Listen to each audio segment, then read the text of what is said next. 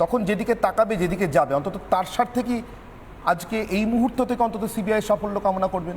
চাইবেন কলকাতা পুলিশ যা যা লুকিয়ে রেখেছে অন্তত এখনও সিবিআইয়ের হাতে তুলে দিক, বের করে দিক, জানিয়ে আসুক গিয়ে?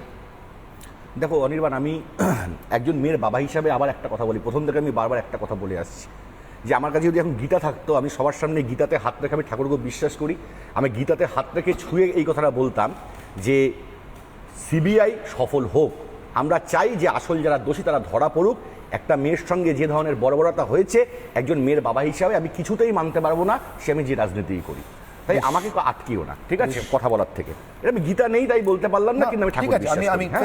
আচ্ছা, দ্বিতীয়ত আমি একটা কথা বলি যে আরজিকরের যে ঘটনা, উড়িষ্যার যে ঘটনা, মহারাষ্ট্রের বদলাপুরের ঘটনা, আসামের ঘটনা, উত্তরপ্রদেশের ঘটনা, প্রত্যেকটা ঘটনায় এই ভারতবর্ষ থেকে এই ধর্ষণ এই বিষয়টা সরানোর জন্য বা একটা আমাদের সামাজিক আন্দোলনের দরকার এবং একটা আইন প্রণয়নের দরকার।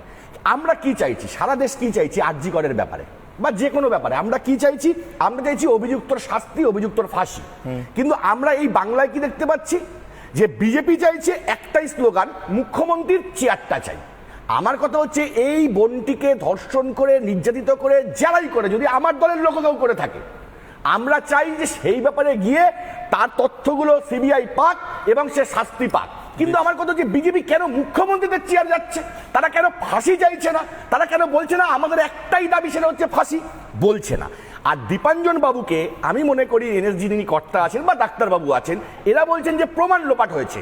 আমি বলছি সিবিআই এদেরকে ডেকে জেরা করুক।